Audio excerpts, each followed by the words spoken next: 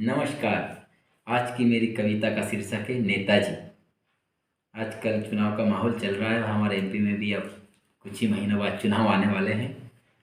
तो लेकिन ये मैंने जो नेताजी पर लिखा है, हमारे ब्यावरा और एमपी के नेताजी को छोड़ करके लिखा है, क्योंकि हमारे यहाँ के नेताजी तो बहुत ईमानदार और बहुत अच्छे हैं। ये अन्य राज्य के नेताजी के बारे में मैंने लिखा है, आप सर सुनिए।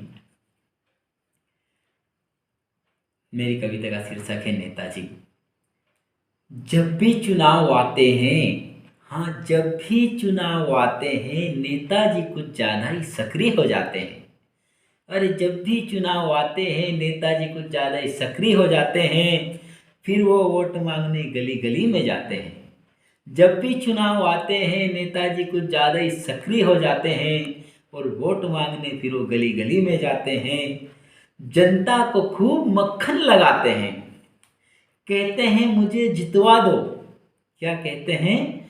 कहते हैं मुझे जितवा दो, मैं खूब विकास करवाऊंगा, भ्रष्टाचार नहीं करूंगा, ना कभी रिश्वत खाऊंगा। जनता बेचारी नेताजी की बातों में आ जाती है। अरे जनता बेचारी नेताजी की बातों में आ जाती है, नेताजी को भारी बहुमतों से विजय बनाती है। अब नेताजी अचानक गायब हो जाते हैं। जीतने के बाद नेताजी गायब हो जाते हैं। अब अचानक नेताजी गायब हो जाते हैं।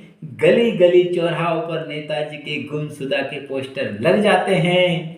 जैसे ही अपनी गुमशुदा की बात नेताजी को मालूम पड़ी, जैसे ही अपनी गुमशुदा की बात नेताजी को मालूम पड़ी, फिर उनकी गाड़ी जनता की ओर बढ़ी। अरे जैसे ही अपनी गुमशुदा की बात नेताजी को मालूम पड़ी, फिर गाड़ी अपनी जनता की ओर बढ़ी।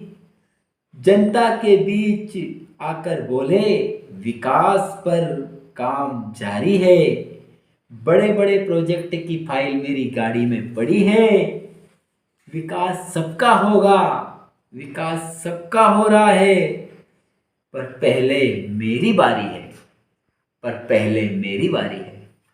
नमस्कार।